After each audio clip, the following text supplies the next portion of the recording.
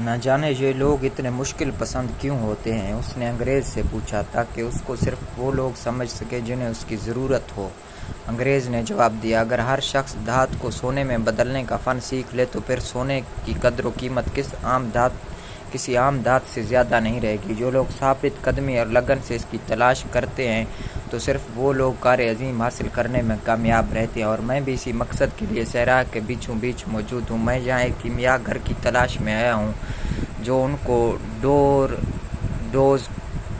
ان codes words کو حل کرنے میں میری رہنمائی کر سکتا ہے۔ یہ کتابیں کب لکھی گئی تھی؟ لڑکے نے جواب دیا، کئی صدیاں۔ لڑکے نے سوال یہ کتابیں کب لکھی گئی تھی؟ لڑکے نے سوال کیا، کئی صدیاں قبل، لیکن اس وقت تو کوئی پرنٹنگ پریس موجود نہیں تھے۔ لڑکا بولا، اس لیے ایسا کوئی خدشہ نہیں تھا کہ عام لوگ کیمیا گری کا ہنر سیکھ سکیں، تو پھر اس کی زبان اتنی مشکل کیوں رکھی گئی؟ انگریز کے پاس اس کے سوال کا کوئی جواب نہیں تھا۔ پھر ایک دن لڑکے نے تمام کتابیں انگریز کو واپس کر دیں۔ کیا تم نے کچھ سیکھا؟ انگریز نے پوچھا۔ میں نے یہ سیکھا ہے کہ کائنات کی ایک روح ہے، اور جو کوئی اس روح کو سمجھ لے وہ عالمگیر زبان پر بھی دسترس حاصل کر لے گا۔ اور کئی کیمیا گروں نے اپنی منزل کا صحیح تعین کیا اور وہ آب حیات اور سنگ فلسفہ حاصل کرنے میں کامیاب ہو گئے۔ اور سب سے بڑھ کر یہ کہ یہ سب کچھ اتنا ہی سادہ، آسان اور مختصر ہے کہ اسے محض پکھراج کی ایک تختی پر لکھا جا سکتا ہے۔ انگریز کو بہت مایوسی ہوئی کہ اس کی سالوں کی محنت، طلسماتی نشانات، عجیب و غریب الفاظ اور لیبارٹریاں کچھ بھی لڑکے کو متاثر نہیں کر سکا تھا۔ اس نے سوچا، لڑکے کی روح بہت ہی ابتدائی مراحل میں ہے، اس لیے وہ کچھ سمجھنے سے قاصر ہے۔ اس نے اپنی کتابیں واپس لی اور انہیں صندوق میں بند کر دیا۔ بہتر ہے کہ میں صرف قافلے کا نظارہ کروں، اس نے تلخی سے کہا، کیونکہ میں ان کتابوں سے کچھ سیکھنے میں ناکام رہا ہوں۔ ہر ایک کا سیکھنے کا اپنا انداز ہے، لڑکے نے اپنے آپ سے کہا۔ میرا طریقہ اس سے بالکل مختلف ہے اور اس کا طریقہ مجھ سے، مگر ہم دونوں کو اپنی اپنی منزل کی تلاش ہے۔ اب قافلے نے دن اور رات سفر کرنا شروع کر دیا۔ نقاب پوش بدو اب زیادہ جلدی نظر آنے لگے تھے۔ ادیبان نے لڑکے کو بتایا کہ قبائل کے درمیان جنگ طول پکڑ گئی تھی اور اب نخلستان تک پہنچنا ایک معجزے سے کم نہیں تھا۔ جانور تھک چکے تھے اور انسان خاموش تھے۔ خاموشی رات کو اور بھی شدید ہو جاتی تھی۔ اونٹوں کی آواز جو اس سے قبل محض ایک اونٹ کی آواز کا درجہ رکھتی تھی، اب قافلے والوں کے لیے خوف کا باعث بن جاتی تھی، کیونکہ یہ خطرے کی گھنٹی بھی ہو سکتی تھی، یعنی حملے کا اعلان۔ ادیبان بظاہر جنگ سے لا تعلق لگتا تھا۔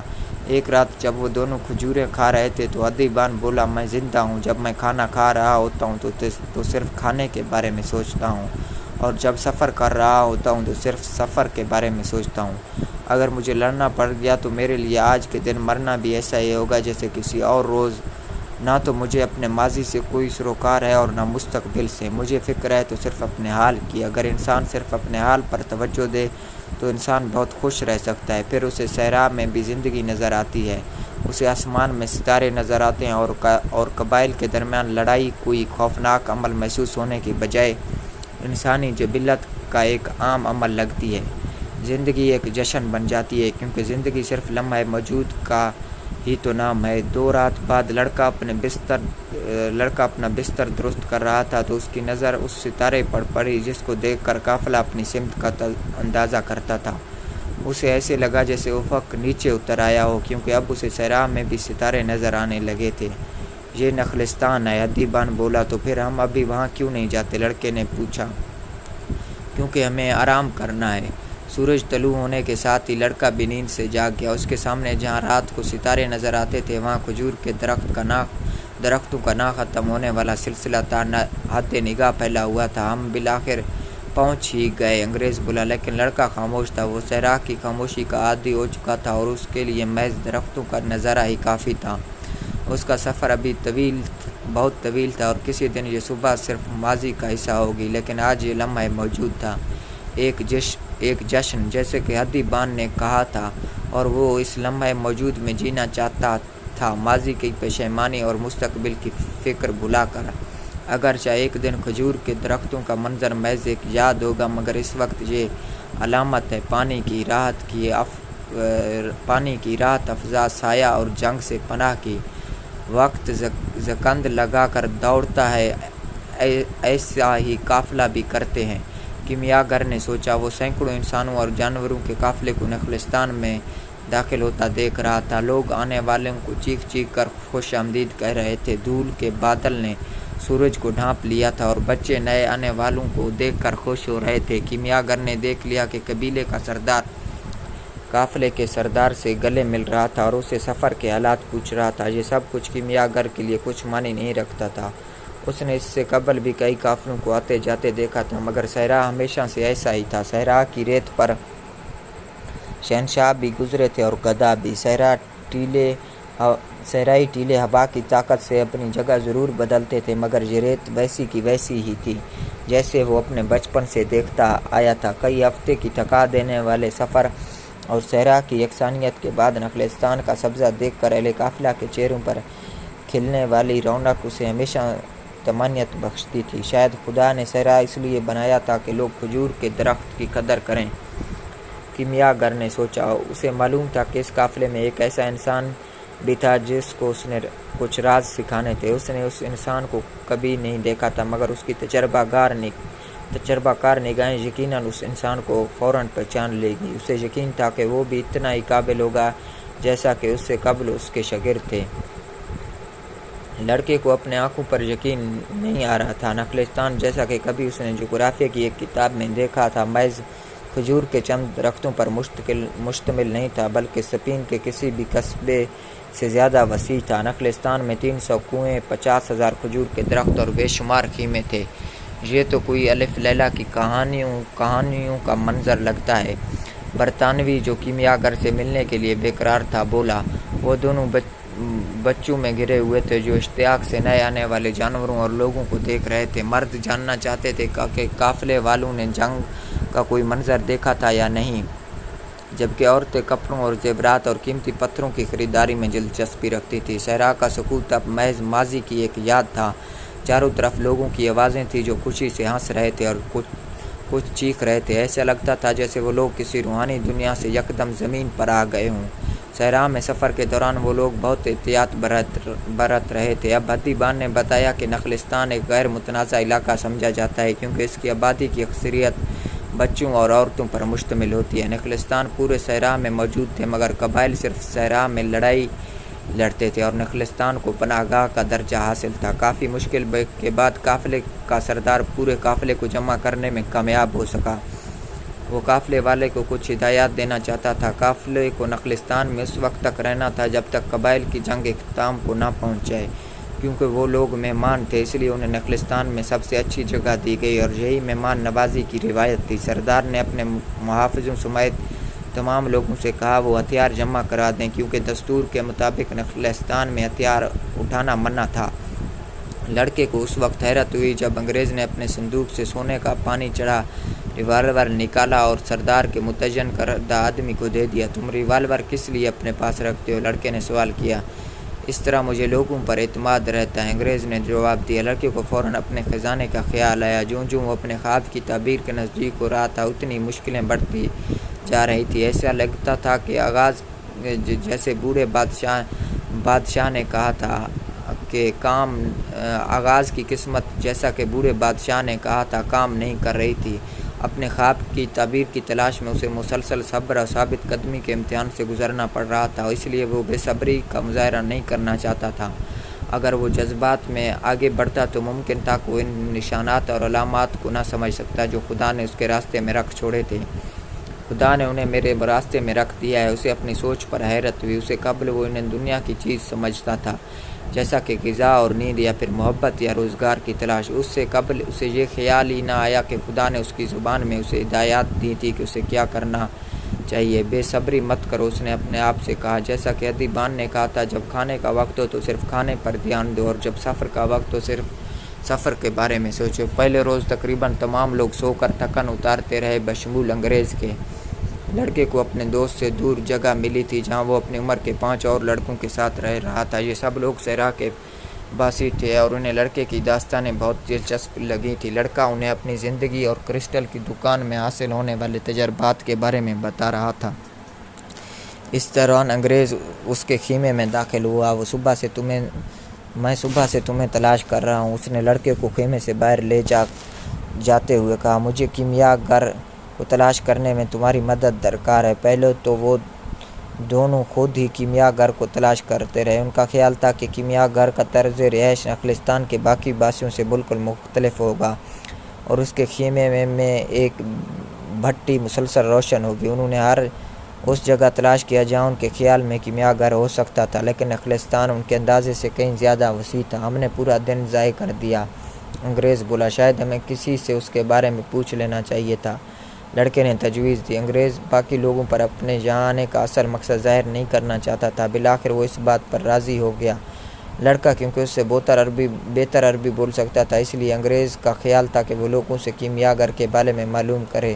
لڑکا ایک عورت کے پاس گیا جو کنویں پر پانی بھرنے آئی تھی۔ صبح بخیر، میں ایک کیمیا گر کی تلاش میں ہوں جو اس نخلستان میں رہتا ہے، اس نے عورت سے کہا۔ عورت نے اسے بتایا کہ اس نے اس سے قبل کسی کیمیا گر کا ذکر نہیں سنا تھا اور جلدی سے جانے کے لیے مڑی۔ جانے سے پہلے اس نے لڑکے کو بتایا کہ اسے چاہیے وہ کالے لباس میں ملبوس کسی عورت کو مخاطب نہ کرے۔ کالا لباس خاتون کے شادی شدہ ہونے کی علامت تھا اور صحرا کے دستور کے مطابق شادی شدہ خواتین سے نامحرم مردوں کو بات نہیں کرنی چاہیے۔ انگریز کو بڑی مایوسی ہوئی، اسے ایسے لگا جیسے اس کی تمام تر محنت رہ گئی۔ لڑکا بھی افسردہ تھا، اس کا دوست اپنی منزل کی تلاش میں تھا اور وہ اس کی ہر ممکن مدد کرنا چاہتا تھا۔ بوڑھے بادشاہ نے کہا تھا، جب بھی کوئی اپنے منزل تک پہنچنے کا مصمم ارادہ کرتا ہے تو کائنات کی ہر شے اس کی مدد میں مصروف ہوتی ہے۔ اسے لگا کہ بوڑھے بادشاہ کا کہنا غلط تھا، میں نے تو اس سے قبل کبھی کیمیا گر کے بارے میں نہیں سنا اور لگتا ہے یہاں کسی اور نے بھی اس کا ذکر نہیں سنا۔ لڑکا بولا۔ انگریز کی آنکھوں میں چمک تھی۔ بالکل ٹھیک، شاید یہاں کسی کو علم ہی نہیں ہے کہ یہاں ایک کیمیا گر رہتا ہے۔ ہمیں معلوم کرنا چاہیے یہاں لوگوں کا علاج کون کرتا ہے۔ کالے لباس میں ملبوس کئی خواتین کنویں پر آئیں، لیکن لڑکے نے انہیں مخاطب کرنے سے اجتناب کیا، باوجود انگریز کے بار بار اکسانے کے۔ آخر کار ایک مرد نظر آیا۔ لڑکا اس کی طرف لپکا۔ یہاں لوگوں کا علاج کون کرتا ہے؟ اللہ۔ مرد نے آسمان کی طرف نظریں اٹھا کر کہا، شاید تم جھاڑ پھونک کرنے والے کی تلاش میں ہو۔ مرد نے قرآن کی چند آیات کی تلاوت کی جو لڑکے کے سر کے اوپر سے گزر گئی۔ ایک اور بوڑھا آدمی کنویں کی طرف آ رہا تھا۔ لڑکے نے اس سے بھی سوال کیا، تم ایسے شخص کی تلاش کیوں ہے؟ بوڑھے نے الٹا سوال کیا کہ میرے ایک ساتھی نے کئی ماہ تک صرف اس لیے سفر کیا کہ اس شخص سے ملاقات کر سکے۔ لڑکے نے جواب دیا، اگر یہاں ایسا کوئی شخص ہے تو وہ پھر بلا شبہ بہت طاقتور شخص ہوگا۔ بوڑھے نے کچھ دیر سوچنے کے بعد جواب دیا، تم جنگ کے ختم ہونے کا انتظار کرو اور نخلستان کی زندگی میں دخل دینے سے اجتناب کرو۔ بوڑھے نے جاتے ہوئے کہا۔ انگریز خوش تھا، اسے یقین ہو گیا وہ صحیح سمت میں چل رہے تھے۔ آخر کار ایک نوجوان عورت کنویں کی طرف آتی ہوئی نظر آئی جو سیاہ لباس میں ملبوس نہیں تھی۔ اس کے سر پر رومال تھا مگر اس کا چہرہ ننگا تھا۔ لڑکا اس کی طرف اس گھر سے بڑھا کہ اسے کیمیا گر کے بارے میں پوچھ سکے۔ جیسے ہی اس نے لڑکی کو قریب سے دیکھا، اسے ایسے لگا جیسے پوری کائنات تھم گئی ہو۔ اس کی گہری سیاہ آنکھیں سمندر سے زیادہ گہری تھیں، متبسم ہونٹ کسی گلاب کی پنکھڑی سے بھی خوبصورت تھے۔ اس پر عالمگیر زبان کے سب سے اہم حصے کا آج انکشاف ہوا، وہ حصہ جسے دنیا میں موجود ہر شے سمجھ سکتی تھی، محبت، جس کا وجود انسان کے وجود سے بھی قدیم ہے اور جس کی وسعت صحرا سے بھی زیادہ ہے۔ یہ ایک ایسی طاقت ہے جو دو نظروں کے ملاپ پر وجود میں آتی ہے۔ لڑکی مسکرائی۔ یہ یقیناً ایک علامت تھی، شاید اسی علامت کی اسے اب تک تلاش تھی۔ اس کی تلاش میں وہ اپنے بھیڑوں کے ساتھ مارا پھرا تھا، کتابوں میں سر کھپایا، کرسٹل کی دکان میں محنت کی اور صحرا کی وسعت میں سرگرداں رہا۔ یہ دنیا کی سب سے پاکیزہ زبان ہے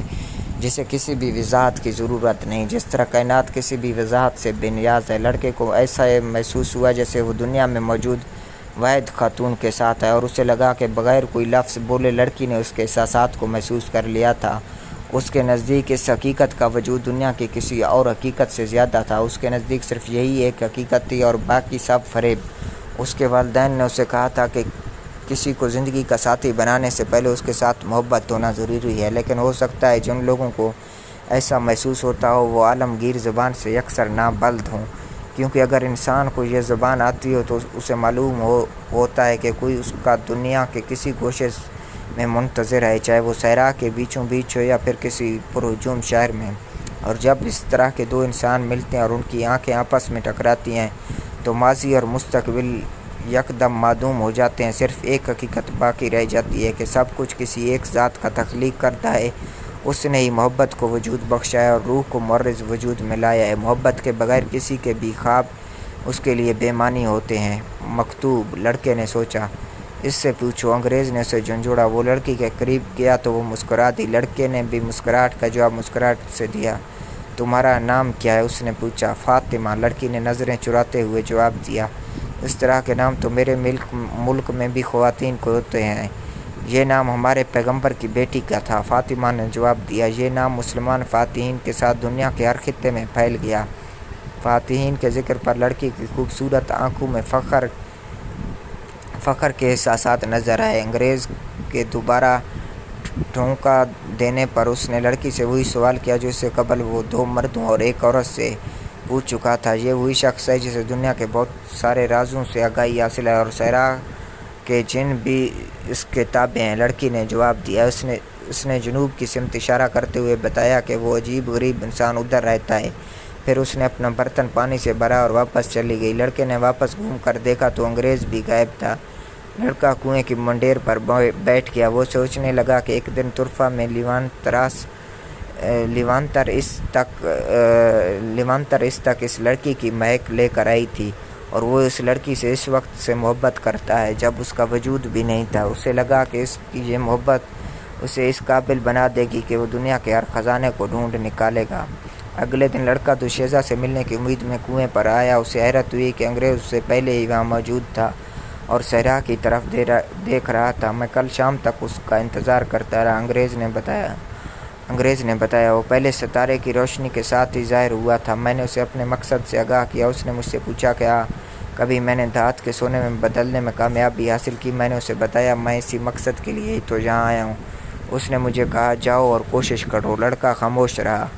بیچارے انگریز نے صرف یہ جواب سننے کے لیے تو صحرا عبور نہیں کیا تھا۔ جیسے ہی انگریز رخصت ہوا، فاطمہ کنویں کی طرف آتی ہوئی دکھائی دی۔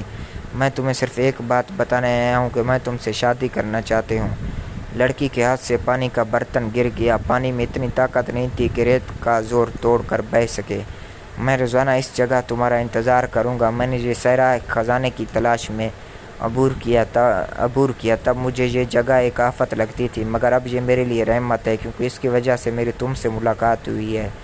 لڑائی تو ایک دن ختم ہو جائے گی، لڑکی بولی۔ لڑکے نے کھجور کے درختوں کی طرف دیکھا۔ اس نے سوچا کہ وہ اس سے قبل ریوڑ چرایا کرتا تھا اور اب دوبارہ وہی کام کر سکتا ہے۔ اس کے لیے فاطمہ ہی دنیا کا سب سے قیمتی خزانہ تھا اور اس کے ساتھ ہی اس کی منزل تھی۔ قبائلی لوگ ہمیشہ خزانے کے متلاشی رہتے ہیں، فاطمہ بولی، جیسا کہ اس کو محسوس ہو گیا کہ وہ کیا سوچ رہا تھا۔ اور صحرا کی عورت کو اپنے مرد پر فخر ہے۔ اس نے اپنا برتن پانی سے بھرا اور واپس چلی گئی۔ لڑکا ہر روز کنویں پر فاطمہ سے ملنے کے لیے جاتا تھا۔ اس نے فاطمہ کو اپنی زندگی کے بارے میں بتایا، بوڑھے بادشاہ سے اپنی ملاقات کا ذکر کیا اور کرسٹل کی دکان کے بارے میں بتایا۔ وہ بہت جلد ایک دوسرے کے قریب آ گئے، سوائے ان 15 منٹ کے جو وہ کنویں پر فاطمہ کے ساتھ گزارتا تھا۔ پورا دن گزارنا اس کے لیے مشکل ہو جاتا تھا۔ جب قافلے کو نخلستان میں 1 ماہ کا عرصہ ہو گیا تو قافلے کے سردار نے پورے قافلے کو اکٹھا کیا۔ ہمیں نہیں معلوم کہ لڑائی کب ختم ہوگی، اس لیے یہ ناممکن ہے کہ ہم اپنا سفر جاری رکھ سکیں، سردار بولا۔ لڑائی زیادہ طول بھی پکڑ سکتی ہے اور ممکن ہے یہ کئی سال تک جاری رہے۔ دونوں حریف طاقتور ہیں اور لڑائی میں فتح حاصل کرنا دونوں اطراف کا مطلوب ہے۔ یہ حق و باطل کی لڑائی نہیں ہے بلکہ ایسی طاقتوں کے درمیان جنگ ہے جن کا مطمع نظر طاقت کا توازن قائم کرنا ہے، اور اس طرح کی جنگ زیادہ طویل ہوتی ہے کیونکہ اللہ دونوں کے ساتھ ہوتا ہے۔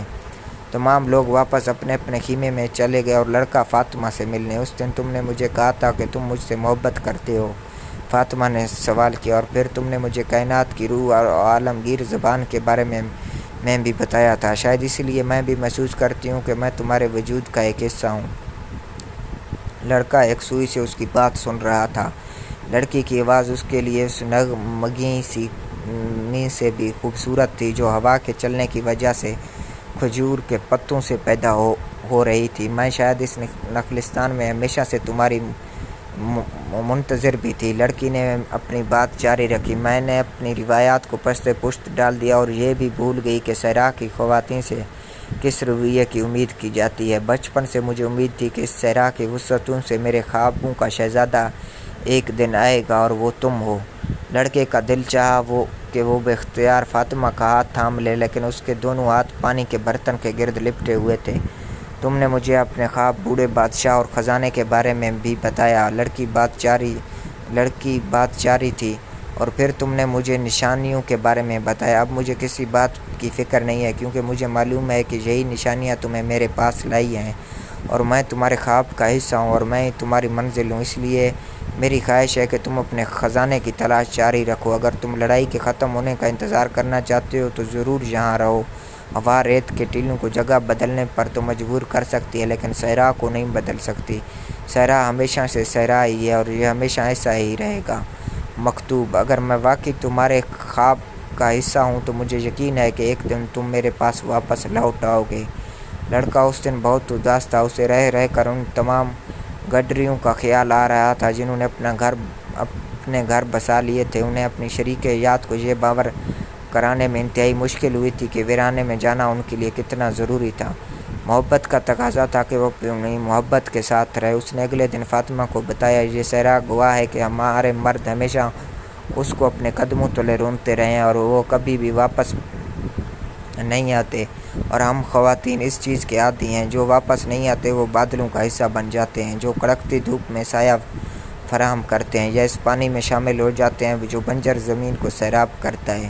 وہ ہر ایک شے میں شامل ہو جاتے ہیں۔ وہ کائنات کی روح میں واپس لوٹ جاتے ہیں۔ کچھ لوگ واپس لوٹ آتے ہیں اور باقی خواتین کو پھر بھی آس رہتی ہے کہ ایک دن ان کے مرد بھی واپس ضرور آئیں گے۔ مجھے ان خواتین کی آس ہمیشہ اچھی لگتی ہے، اور اب میں بھی ان کا حصہ بننا چاہتی ہوں جو اپنے مردوں کے انتظار میں لمحے گنتی ہے۔ میں اس صحرا کی بیٹی ہوں اور مجھے اس پر بہت فخر ہے۔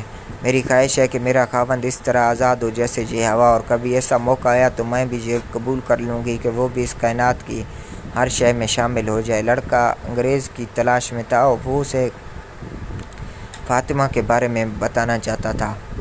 اس نے حیرت سے دیکھا کہ انگریز نے اپنے خیمے کے باہر ایک بھٹی بنائی تھی۔ اس بھٹی کے اوپر ایک شیشے کی سراہی رکھی تھی اور نیچے لکڑیوں کی ایک آگ جل رہی تھی۔ صحرا کی طرف دیکھتے ہوئے انگریز کی آنکھوں میں وہ چمک تھی جو کتابیں پڑھتے وقت مفقود تھی۔ یہ کام کا پہلا مرحلہ ہے، وہ بولا۔ مجھے گندھک علیحدہ کرنا ہے۔ اس کام کو کامیابی سے سر انجام دینے کے لیے ضروری ہے کہ میرے دل میں ناکامی کا شائبہ تک نہ آئے۔ یہ ناکامی کا خوف ہی تھا جس نے مجھے اس کام سے باز رکھا۔ میں نے آج اس کام کی ابتدا کی ہے جو میں آج سے 10 سال قبل کر سکتا تھا، لیکن مجھے خوشی اس بات کی ہے کہ میرے 20 سال نہیں گزرے۔ وہ مسلسل آگ روشن رکھے ہوئے تھا۔ لڑکا خاموشی سے اسے دیکھتا رہا۔ جب ڈوبتے سورج کی سرخی سے صحرا کی ریت نے بھی لالی چرا لی تو اس نے سوچا کہ وہ صحرا میں نکل جائے یا آزمانے کے لیے کہ کیا صحرا کی خاموشی میں اس کے تمام سوالات کے جواب پوشیدہ ہیں یا نہیں۔ وہ کچھ دیر تک صحرا میں آوارہ گردی کرتا رہا، لیکن نگاہیں نخلستان پر رکھیں۔ وہ ہوا کی سرسراہٹ سن سکتا تھا اور اپنے قدموں کے نیچے آنے والے پتھروں کی بھی۔ کہیں کہیں اسے سیپیاں بھی نظر آئیں۔ اس سے اس نے اندازہ لگایا کہ کبھی یہ صحرا بھی سمندر رہا ہوگا۔ وہ ایک پتھر پر بیٹھ گیا اور افق کے مسحور کن نظارے سے لطف اندوز ہونے لگا۔ وہ محبت اور ملکیت کے فرق پر غور کر رہا تھا، مگر دونوں میں تفریق کرنے سے قاصر تھا۔ فاطمہ دختر صحرا تھی۔ اس کو سمجھنے کے لیے صحرا کو سمجھنا ضروری تھا۔ جب وہ اپنے خیالات میں مستغرق تھا تو اسے اپنے سر کے اوپر حرکت محسوس ہوئی۔ اس کو اوپر صحرائی بازو کا ایک جوڑا محو پرواز تھا۔ وہ ہوا کے دوش پر تیرتے بازوں کو دیکھتا رہا۔ اگرچہ ان کی پرواز میں کوئی ربط نہیں تھا، لیکن وہ اسے کچھ محسوس کر سکتا تھا، مگر اسے الفاظ کا روپ دینے سے قاصر تھا۔ وہ ان کی پرواز کا بغور مطالعہ کرنے لگا تاکہ اس سے کوئی معنی اخذ کر سکے۔ شاید یہ باز اس پر محبت بغیر ملکیت کو واضح کر رہے تھے۔ اس نے محسوس کیا کہ اسے نیند آ رہی ہے۔ اس نے بیدار رہنے کی بھرپور کوشش کی، لیکن وہ بیک وقت سونا بھی چاہتا تھا۔ میں عالمگیر زبان سیکھ چکا ہوں، اس نے سوچا۔ دنیا کی ہر شے اب میرے لیے ایک مفہوم رکھتی ہے، یہاں تک کہ بازو کی پرواز بھی۔ اس نے اپنے آپ سے کہا۔ آپ نے سوچا کہ یہ محبت کا کرشمہ ہی ہے کہ ہر چیز اب اس کے لیے معنی رکھتی ہے۔ اس نے سوچا کہ یہ محبت کا کرشمہ ہی ہے کہ ہر چیز اب اس کے لیے معنی رکھتی ہے۔ اچانک ایک باز نے غوطہ لگایا اور دوسرے پر جھپٹا۔ اس کے ساتھ ہی ایک تصویر لڑکے کے ذہن کے پردہ سکرین پر چمکی۔ ایک فوج بے نیام تلواروں کے ساتھ نخلستان پر حملہ آور ہو رہی تھی۔ یہ تصویر پلک جھپکتے ہی میں غائب ہو گئی، لیکن اپنا اثر چھوڑ گئی۔ لڑکا کانپ رہا تھا۔ اس نے لوگوں سے سنا تھا کہ انسان کو صحرا میں سراب نظر آتے ہیں۔ اسے خود بھی اس کا تجربہ ہو رہا تھا۔ سراب دراصل انسان کی غیر تکمیل شدہ خواہشات ہیں، جو اتنی شدت رکھتی ہیں کہ انسان کو لگتا ہے کہ زمین پر ان کا وجود ہے۔ اس نے ایک بار پھر صحرا کی سنہری ریت پر توجہ دینے کی کوشش کی، لیکن اس کے دل میں کچھ ایسی بے چینی تھی کہ جو اس کی توجہ کو مرکوز ہونے سے روک رہی تھی۔ اس نے کوشش کی کہ اس تصویر کو بھلا دے اور دوبارہ اپنے ذہن کو مرکوز کر سکے۔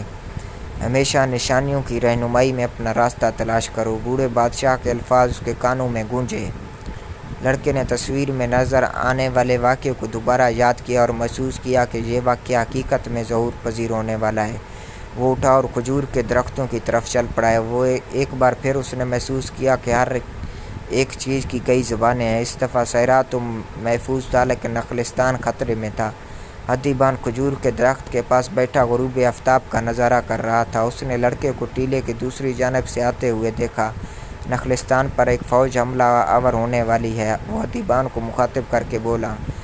میں نے اس کی جھلک دیکھی ہے۔ صحرا کی یہی خوبی ہے کہ وہ انسان کے ذہن میں بہت ساری تصویریں بناتا ہے، حدیبان نے جواب دیا۔ لڑکے نے صحرائی بازوں کے بارے میں بتایا کہ کس طرح وہ ان کی پرواز کا مشاہدہ کر رہا تھا کہ اچانک اس کی رسائی ایک لمحے کے لیے کائنات کی روح تک ہو گئی، جہاں اس نے وہ منظر دیکھا جو مستقبل میں ہونے والا ہے۔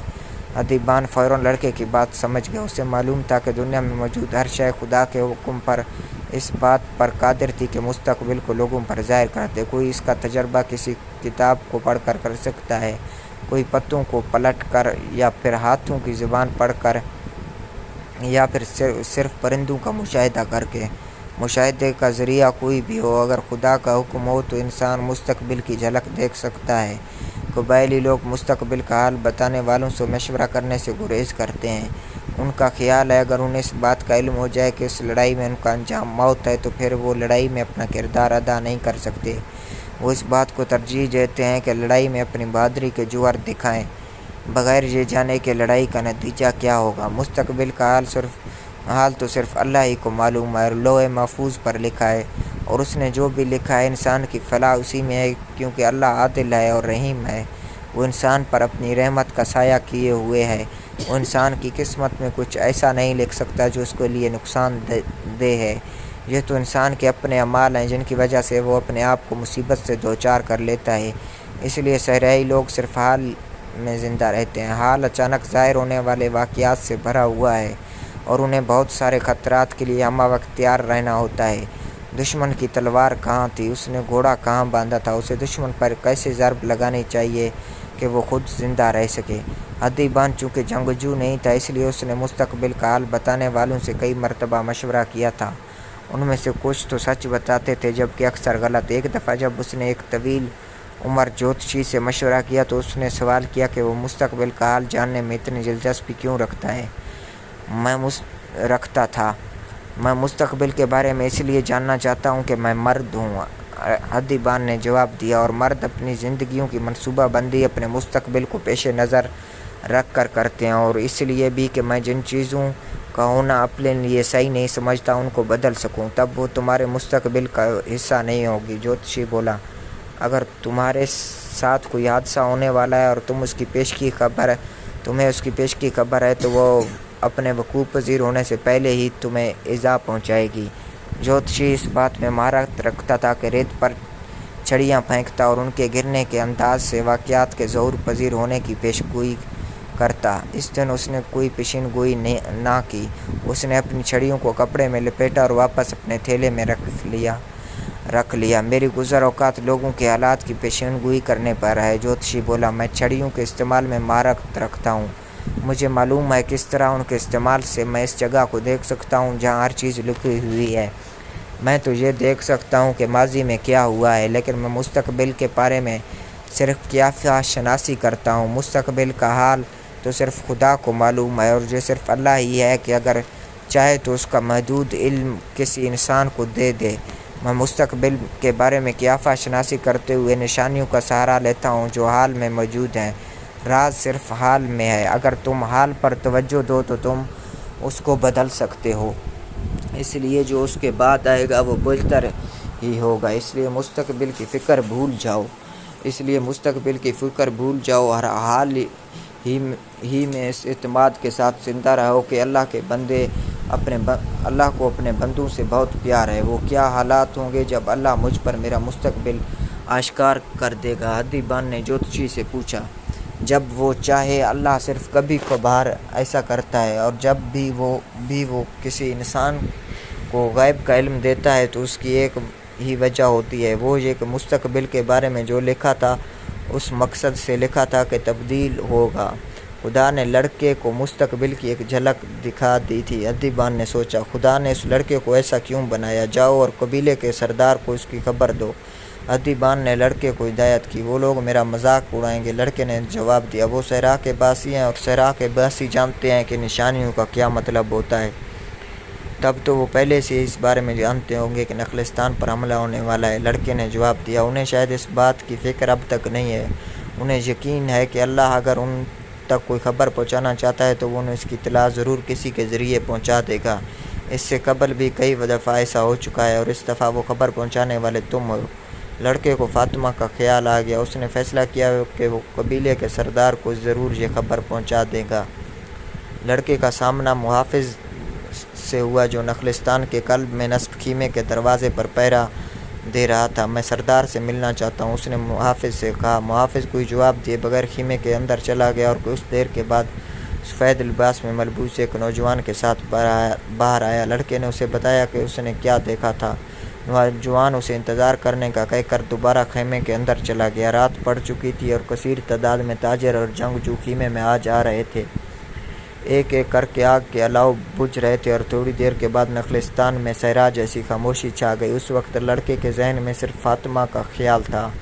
وہ اب تک اس کی گفتگو کا آخری حصہ سمجھنے سے قاصر تھا۔ آخر کئی گھنٹوں کے صبر آزمائے انتظار کے بعد محافظ نے لڑکے کو اندر جانے کا حکم دیا۔ خیمے کا اندرونی منظر دیکھ کر اس کی عقل دنگ رہ گئی۔ اس کے خواب و خیال میں بھی نہیں تھا کہ صحرا کے بیچوں بیچ کوئی ایسا خیمہ بھی موجود ہوگا۔ خیمے کا فرش ایسے خوبصورت قالینوں سے ڈھکا ہوا تھا جو آج تک اس کی نظر سے نہیں گزرے تھے۔ درمیان میں سونے کے فانوس لٹک رہے تھے جن کے اندر موم بتیاں روشن تھیں۔ قبائل کے سردار نیم دائرے کی شکل میں ریشم کے گاؤ تکیوں کے ساتھ ٹیک لگا کر بیٹھے ہوئے تھے۔ ملازم چاندی کی تشتریوں میں خشک میوہ اور کعبہ پیش کر رہے تھے اور کچھ حقے میں آگ کو تازہ رکھنے میں مصروف تھے۔ فضا میں دھوئیں کی بھینی سی مہک تھی۔ خیمے میں 8 سردار موجود تھے، لیکن لڑکے نے اپنی ذہانت سے اندازہ لگایا کہ ان میں کون سا سردار سب سے زیادہ رتبے کا مالک تھا۔ وہ سفید اور سنہری لباس میں ملبوس تھا اور نیم دائرے کے درمیان میں بیٹھا ہوا تھا۔ اس کے ایک پہلو میں وہی نوجوان موجود تھا جس سے اس کی ملاقات خیمے کے باہر ہوئی۔ یہ کون ہے جو نشانیوں کی زبان جاننے کا دعویٰ کرتا ہے؟ ایک سردار نے لڑکے پر نظریں جماتے ہوئے پوچھا۔ میں، لڑکے نے جواب دیا، اور پھر اس نے پورا واقعہ تفصیل سے بیان کر دیا۔ صحرا آخرکار اپنا آپ ایک اجنبی پر کیوں ظاہر کرے گا جبکہ اسے معلوم ہے کہ ہم نسلوں سے اس کے باسی ہیں؟ ایک اور سردار بولا۔ کیونکہ میری نگاہیں ابھی تک صحرا کی عادی نہیں ہوئی، لڑکے نے فوراً جواب دیا۔ میں اس چیز کو بھی محسوس کرتا ہوں جسے صحرا نشین شاید نظر انداز کر دے، اس لیے بھی کہ میں کائنات کی روح کو سمجھ سکتا ہوں، اس نے اپنے آپ سے کہا۔ نخلستان ایک غیر متنازع علاقہ ہے اور کوئی بھی اس پر حملہ کرنے کی غلطی نہیں کر سکتا۔ تیسرا سردار بولا۔ میں تو صرف اتنا بتا سکتا ہوں جو میں نے دیکھا ہے، اگر آپ اس پر یقین نہیں کرنا چاہتے تو آپ کی مرضی۔ خیمے میں بحث شروع ہو گئی۔ وہ لوگ ایسے لہجے میں بول رہے تھے جو لڑکے کو سمجھ نہیں آ رہی تھی۔ جب وہ جانے کے ارادے سے واپس مڑنے لگا تو محافظ نے اسے رکنے کا اشارہ کیا۔ لڑکے پر خوف طاری ہو گیا۔ علامات اس بات کی نشاندہی کرتی تھی کہ کچھ غلط ہونے والا ہے۔ اسے افسوس ہونے لگا کہ اس نے اس واقعے کا ذکر ادیبان سے کیوں کیا تھا۔ پھر درمیان میں بیٹھے ہوئے سردار کے چہرے پر مسکراہٹ نظر آئی اور لڑکے کو کچھ اطمینان ہوا۔ یہ سردار اب تک کی بحث میں بالکل خاموش رہا تھا۔ لڑکے کو کیونکہ عالمگیر زبان کی سدھ بدھ تھی، اس لیے اسے احساس تھا کہ خیمے کی پرسکون فضا میں اس کے آنے سے یکدم ارتعاش پیدا ہو گیا۔ اب وجدان اسے بتاتا تھا کہ جہاں آ کر اس نے صحیح فیصلہ کیا تھا۔ بحث ختم ہو چکی تھی۔ تمام سردار خاموشی سے سردار کی بات سننے کے لیے متن گوش تھے۔ سردار لڑکے کی طرف متوجہ ہوا۔ اس کا چہرہ بالکل سپاٹ تھا۔ وہ 2000 سال قبل بھی ایک نوجوان ایسا گزرا ہے جو خوابوں پر یقین رکھتا تھا۔ بوڑھے سردار نے پہلی بار بولتے ہوئے کہا، اس کو پہلے کنویں میں پھینکا گیا اور پھر غلام بنا کر فروخت کیا گیا۔ ہمارے جیسے تاجروں نے اسے خریدا اور اسے مصر لے آیا، اور ہمارا اعتقاد ہے کہ جو کوئی بھی خوابوں پر یقین رکھتا ہے اسے ان کی تعبیر بھی معلوم ہوتی ہے۔ بوڑھے نے اپنی بات جاری رکھی۔ جب فرعون نے خواب میں دیکھا کچھ گائیں فربا تھی اور کچھ بہت کمزور، تو اس نوجوان نے مصر کو ایک خوفناک قید سے بچا لیا۔ اس نوجوان کا نام یوسف تھا۔ وہ بھی اس سرزمین میں تمہاری طرح اجنبی تھا اور شاید تمہاری ہی عمر کا تھا۔ سردار نے کچھ دیر توقف کیا۔ اس کی نگاہوں میں ابھی تک اجنبیت تھی۔ ہم لوگ روایت کی پاسداری کرتے ہیں، اور روایت نے ان دنوں میں مصر کو قید سے بچا لیا تھا اور مصر والے امیر ترین لوگ بن گئے۔ روایت ہی سے ہمیں یہ معلوم ہوتا ہے کہ ہم نے اس صحرا کو کیسے عبور کرنا ہے اور ہم نے اپنے بچوں کی شادیاں کیسے کرنی ہیں۔ روایت ہی ہمیں یہ سکھاتی ہے کہ نخلستان ایک غیر متنازع علاقہ ہے، کیونکہ دونوں اطراف میں نخلستان موجود ہیں اور دونوں ہی فریق یکساں طور پر زد پذیر ہیں۔ خیمے میں مکمل سکوت تھا۔ تمام لوگ بوڑھے سردار کی بات بغور سن رہے تھے، اور روایت ہی ہمیں سکھاتی ہے کہ ہم صحرا کی آواز سنیں، اور ہمارا تمام علم اسی صحرا کی دین ہے۔ سردار نے اشارہ کیا اور تمام لوگ کھڑے ہو گئے۔ یہ ملاقات کے اختتام کا اعلان تھا۔ ملازموں نے ہوکے بجھا دی اور محافظ مؤدب کھڑے ہو گئے۔ لڑکا بھی جانے کو تیار تھا کہ اس دوران سردار دوبارہ بولا، کل ہم وہ معاہدہ توڑ دیں گے جس کے مطابق نخلستان میں ہتھیار اٹھانا ممنوع ہے۔ ہم تمام دن دشمن کا انتظار کریں گے اور سورج غروب ہونے کے ساتھ ہی تمام لوگ دوبارہ اپنے ہتھیار پھینک دیں گے۔ دشمن کی ہر 10 لاشوں پر تمہیں سونے کا ایک سکہ ملے گا۔ اگر ہتھیاروں کو زیادہ دیر تک استعمال نہ کیا جائے تو انہیں زنگ لگ جاتا ہے، اور اگر ان میں سے ایک بھی ہتھیار کل استعمال نہیں ہوا تو وہ تم پر استعمال کیا جائے گا۔ جب لڑکا خیمے سے باہر نکلا تو نخلستان میں صرف چاند کی روشنی تھی۔ وہ اپنے خیمے سے 20 منٹ کی مسافت پر تھا۔ اس نے آہستہ آہستہ اپنے خیمے کی طرف قدم اٹھانا شروع کیے۔ وہ ابھی تک پیش آمدہ واقعات کے اثر سے نہیں نکل سکا تھا۔ وہ کائنات کی روح تک پہنچنے میں کامیاب ہو گیا تھا، لیکن شاید اس کو اس بات کی قیمت اپنی زندگی کی صورت میں ادا کرنا پڑ رہی تھی۔ وہ خوف زدہ تھا، لیکن وہ تمام عمر ہی خطرناک قدم اٹھاتا آیا تھا۔ وہ بقول ادیبان کے آج کے دن مرنا کل کی موت سے برا نہیں تھا۔ ہر دن اس بات کا متقاضی تھا کہ اسے جیا جائے۔ تمام دنیا کا محور ایک لفظ تھا، مکتوب۔ اسے کوئی پشیمانی نہیں تھی۔ اگر کل وہ مارا بھی گیا تو اس کا مطلب یہ ہوگا کہ خدا کو مقصود نہیں تھا کہ مستقبل کو تبدیل کیا جا سکے۔ مرنے سے قبل کم از کم اس نے سمندر عبور کیا تھا، کرسٹل کی دکان میں کام کیا تھا، یہ طویل صحرا عبور کیا تھا، اور سب سے بڑھ کر کے یہ کہ فاطمہ کی گہری کالی آنکھوں کی ایک جھلک دیکھی تھی۔ اپنا گھر چھوڑنے کے بعد اس نے ہر دن کو بھرپور انداز میں جیا تھا۔ اس نے اب تک وہ کچھ دیکھا تھا جس کا دوسرے چرواہے تصور بھی نہیں کر سکتے تھے، اور اسے اس بات پر فخر تھا۔ ایک دم ایک دھماکہ ہوا اور وہ زمین پر گر گیا۔ فضا میں دھول کی اتنی دبیز تہ جمی ہوئی تھی کہ چاند کی روشنی مدھم پڑ گئی۔ اس کے سامنے ایک جسیم قسم کا سفید گھوڑا کھڑا تھا۔ جب دھول کی تہ کچھ کم ہوئی تو لڑکے نے خوف زدہ کر دینے والا منظر دیکھا۔ گھوڑے کے پہلو میں سیاہ کپڑوں میں ملبوس ایک طویل قامت آدمی کھڑا تھا۔ اس کے کندھے پر باز بیٹھا ہوا تھا، اس کے سر پر پگڑی تھی اور اس کا منہ کالے رومال سے ڈھکا ہوا تھا۔ وہ صحرا کا پیغامبر لگتا تھا۔ اس کی شخصیت صحرا کی روایتی پیغامبروں سے زیادہ متاثر کن تھی۔ سیاہ پوش آدمی نے گھوڑے کی زین کے ساتھ باندھی میان سے ایک بہت بڑی تلوار نکالی۔ تلوار چاند کی روشنی میں چمک رہی تھی۔ کس میں اتنی ہمت ہے کہ وہ بازو کی پرواز کو پڑھ سکے؟ اس کی آواز کی گونج پورے نخلستان میں سنائی دی۔ وہ میں ہوں جس نے یہ جرأت کی ہے، لڑکے نے جواب دیا۔ اس کے ذہن میں سنتیاگو میٹا مورس کی تصویر تھی، جو اپنے سفید براق گھوڑے پر سوار ہے اور گھوڑے کے سم نیچے پڑے ہوئے دشمن کی چھاتی پر ہیں۔ یہ آدمی بھی بالکل اسی طرح لگ رہا تھا، فرق صرف یہ تھا کہ کردار اب بدل چکے تھے۔ میں نے یہ جرأت کی ہے، اس نے دہرایا اور اپنا سر نیچے کر کے اپنے آپ کو تلوار کا وار وصول کرنے کے لیے کر لیا۔ بہت ساری قیمتی جانیں صرف اس لیے بچ جائیں گی کیونکہ میں نے کائنات کی روح تک رسائی حاصل کر لی تھی۔ تلوار اس کی گردن پر نہیں گری تھی بلکہ اجنبی نے تلوار کی نوک سے اس کی تھوڑی اوپر کو اٹھائی۔ خون کا ایک قطرہ نکل کر ریت میں جذب ہو گیا۔ گھڑ سوار بالکل خاموش تھا اور یہی حال لڑکے کا تھا۔ اس کے ذہن میں ایک بار پھر یہ خیال نہیں آیا تھا کہ اسے اٹھ کر بھاگ جانا چاہیے۔ اس کے دل میں ایک عجیب قسم کی طمانینت تھی۔ وہ اپنی منزل کی تلاش میں موت کے انتہائی قریب پہنچ گیا تھا اور فاطمہ کی تلاش میں آخر کار علامت سچ ثابت ہو گئی تھی اور اب وہ دشمن کے سامنے تھا، لیکن اسے موت کا کوئی ڈر نہیں تھا۔ کائنات کی روح اس کی منتظر تھی اور وہ جلد ہی اس کا ایک حصہ ہوگا اور ایسے ہی اس کے دشمن کے ساتھ ہونے والا تھا۔ اجنبی کی تلوار لڑکے کی تھوڑی کے نیچے تھی۔ تم نے پرندوں کی پرواز سمجھنے کی جرأت کیوں کی؟ میں نے صرف اس کا مشاہدہ کیا جو مجھے پرندے بتانے کی کوشش کر رہے تھے۔ وہ اس نخلستان کو بچانا چاہتے تھے۔ کل کا دن تم سب کے لیے موت کا پیغام لائے گا کیونکہ تم سے زیادہ تعداد میں مرد موجود ہیں۔ تلوار اپنی جگہ پر موجود تھی۔ تم اللہ کی مرضی کو بدلنے والے کون ہوتے ہو؟ اللہ نے فوجوں کو پیدا کیا اور اس نے پرندوں کو تخلیق کیا ہے۔ اس اللہ ہی نے مجھے پرندوں کی زبان سکھائی ہے۔ سب کچھ اسی ایک ہاتھ کا تحریر کردہ ہے، لڑکے نے جواب دیا۔ اس کے ذہن میں ادیبان کی آواز گونج رہی تھی۔ گھڑ سوار نے تلوار کھینچ لی اور لڑکے کو یکدم سکون کا احساس ہوا۔ پیش گوئیاں کرتے ہوئے احتیاط کرو، جب ایک چیز لکھی گئی ہے تو یہ ناممکن ہے کہ اس کو تبدیل کیا جا سکے۔ گھڑ سوار بولا، میں نے صرف فوج کی جلگار دیکھی ہے۔ لڑکے نے جواب دیا، میں نے لڑائی کا انجام نہیں دیکھا۔ اجنبی نے اس کے جواب سے مطمئن نظر آتا تھا۔ ایک اجنبی سرزمین پر کیا کر رہا ہے؟ گھڑ سوار بولا، میں اپنی منزل کی تلاش میں آیا ہوں مگر تم اس بات کو نہیں سمجھ سکو گے۔ گھڑ سوار نے تلوار واپس میان میں رکھ لی۔ لڑکے نے سکھ کا سانس لیا۔ میں نے تمہاری جرأت کا امتحان لینا تھا۔ گھڑ سوار بولا، جرأت ہی بنیادی خوبی ہے کائنات کی زبان سمجھنے کے لیے۔ لڑکے کو حیرت ہوئی کہ گھڑ سوار ایسی بات کر رہا ہے جس کا علم بہت کم لوگوں کو تھا۔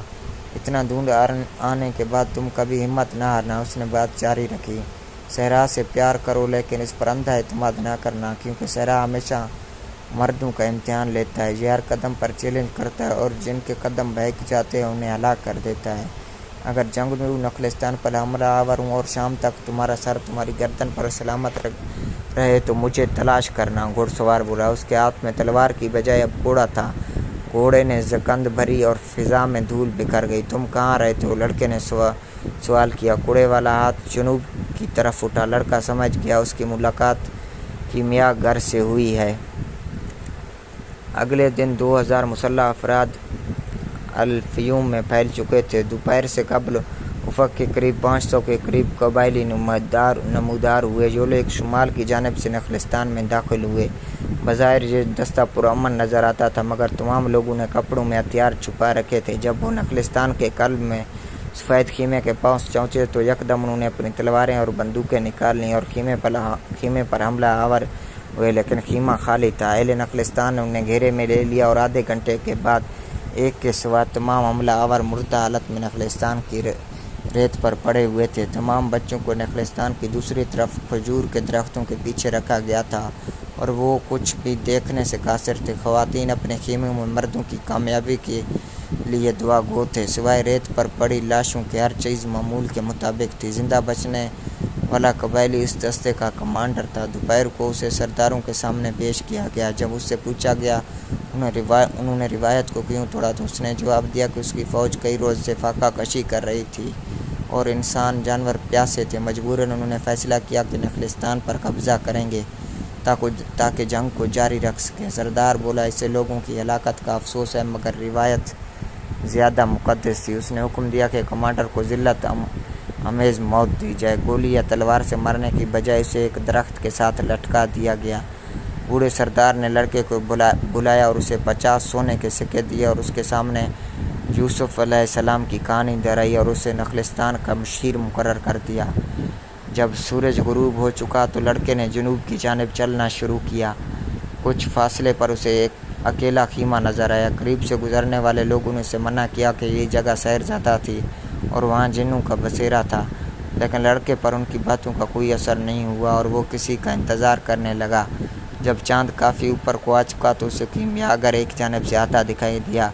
اس کے کندھوں پر 2 مردہ باز تھے۔ میں آ گیا ہوں، لڑکا بولا۔ تمہیں نہیں آنا چاہیے تھا، کیمیاگر بولا۔ شاید تمہیں تمہاری منزل جہاں تک کھینچ لائی ہے۔ قبائل کے درمیان لڑائی کی صورت میں صحرا کو عبور کرنا ناممکن تھا، لیکن پھر بھی میں یہاں تک پہنچ گیا ہوں، لڑکے نے جواب دیا۔ کیمیاگر اپنے گھوڑے سے نیچے اتر آیا اور لڑکے کو خیمے کے اندر آنے کا اشارہ کیا۔ یہ خیمہ نخلستان میں موجود کسی دوسرے خیمے سے مشابہ تھا۔ لڑکے نے خیمے میں بھٹی اور سرائی کو تلاش کیا جن کو کیمیاگری میں استعمال کیا جاتا تھا، مگر اسے مایوسی ہوئی۔ خیمے میں صرف چند کتابیں، کچھ برتن اور ایک قالین تھا جس پر عجیب و غریب ڈیزائن بنے ہوئے تھے۔ بیٹھ جاؤ، ہم قہوہ پیئیں گے اور یہ باز بھون کر کھائیں گے، کیمیاگر بولا۔ اسے شک گزرا کہ یہ وہی باز ہیں جو کل فضا میں محو پرواز تھے، مگر وہ خاموش رہا۔ کیمیاگر نے چولہا روشن کیا اور فضا ایک دل فریب خوشبو سے معطر ہو گئی۔ تم مجھ سے کیوں ملنا چاہتے تھے؟ لڑکے نے پوچھا۔ نشانیوں کی وجہ سے، کیمیاگر نے جواب دیا۔ ہوا نے مجھے پیغام دیا کہ تم آ رہے ہو اور تمہیں میری مدد کی ضرورت ہے۔ ہوا نے جس کے بارے میں پیغام دیا وہ میں نہیں ہوں بلکہ ایک انگریز ہے، وہ بھی اپنی منزل کی تلاش میں یہاں تک آیا ہے۔ اسے ابھی تک کچھ کرنا ہے لیکن وہ صحیح راستے پر چل رہا ہے۔ اس نے صحرا کو سمجھنا شروع کر دیا ہے۔ اور میرے بارے میں کیا خیال ہے؟ جب بھی کوئی انسان کچھ کرنے کا مصمم ارادہ کرتا ہے تو کائنات کی ہر شے اسے ممکن بنانے میں اس کی معاونت کرتی ہے۔ کیمیاگر کے الفاظ میں اسے بوڑھے بادشاہ کی بات کی گونج سنائی دی۔ ایک اور انسان میری مدد کے لیے کمر بستہ ہے۔ لڑکے نے سوچا، تو پھر آپ میری رہنمائی کریں گے؟ تمہیں وہ سب معلوم ہے جس کا علم تمہیں ہونا چاہیے۔ میں صرف تمہارا رخ اس سمت کی طرف کروں گا جدھر تمہاری منزل ہے۔ وہاں تو قبائل میں لڑائی ہو رہی ہے، لڑکے نے یاد دلایا۔ مجھے معلوم ہے کہ صحرا میں کیا ہو رہا ہے، لیکن میں تو اپنے خزانے تک پہنچ گیا ہوں۔ میرے پاس ایک اونٹ ہے اور مجھے کرسٹل کی فروخت سے اچھا خاصا منافع ملا ہے۔ 50 سونے کے سکے میں نے آج حاصل کیے ہیں۔ میں پہلے ہی ایک امیر آدمی ہوں۔ ان میں سے کچھ بھی تو تمہیں احرام مصر کے قریب سے نہیں ملا۔ وہ تھوڑی دیر تک خاموشی سے کھانے میں مصروف رہے۔ کیمیاگر نے ایک بوتل کھولی اور سرخ رنگ کا مشروب لڑکے کے کپ میں ڈالا۔ اس نے آج تک اتنی مزیدار شراب کبھی نہیں پی تھی۔ یہاں شراب کی ممانعت نہیں ہے؟ لڑکے نے پوچھا۔ جو چیز انسان کے حلق کے اندر جانی ہے اس شے کی کوئی ممانعت نہیں ہے، ممانعت اس شے کی ہے جو باہر نکلتی ہے۔ کیمیاگر کی بات میں تلخی تھی، لیکن جیسے ہی اس نے شراب چکھی اسے سکون محسوس ہوا۔ کھانے سے فارغ ہو کر دونوں خیمے سے باہر آ گئے۔ آج چاند اپنی پوری آب و تاب سے نخلستان کی ریت کو منور کر رہا تھا۔ سفید چاند کی روشنی میں ستاروں کی روشنی مدھم پڑ گئی۔ دونوں ریت پر بیٹھ گئے۔ کھاؤ پیو اور آرام کرو، کیمیاگر بولا۔ اس نے محسوس کیا کہ لڑکا لطف اندوز ہو رہا ہے۔ آج رات مکمل آرام کرو، جیسا کہ جنگ میں لڑائی پر روانہ ہونے سے پہلے کرتے ہیں۔ یاد رکھو، جہاں تمہارا دل کا خزانہ وہیں ہوگا۔ تمہیں اپنا خزانہ ڈھونڈنا ہے تاکہ اب تک جو کچھ تم نے سیکھا ہے وہ تمہارے لیے بامعنی بن سکے۔ کل اپنا اونٹ بیچ کر ایک گھوڑا خریدو۔ اونٹ کئی میل کی مسافت کے بعد نہیں تھکتے اور اچانک گرتے ہیں اور مر جاتے ہیں، جبکہ گھوڑا آہستہ آہستہ تھکن سے دوچار ہوتا ہے۔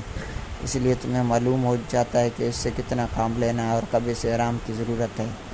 اگلی رات لڑکا اپنے گھوڑے کے ساتھ کیمیاگر کے خیمے کے باہر آن پہنچا۔ کیمیاگر اس کا منتظر تھا۔ وہ گھوڑے پر سوار تھا اور باز اس کے کندھے پر بیٹھا تھا۔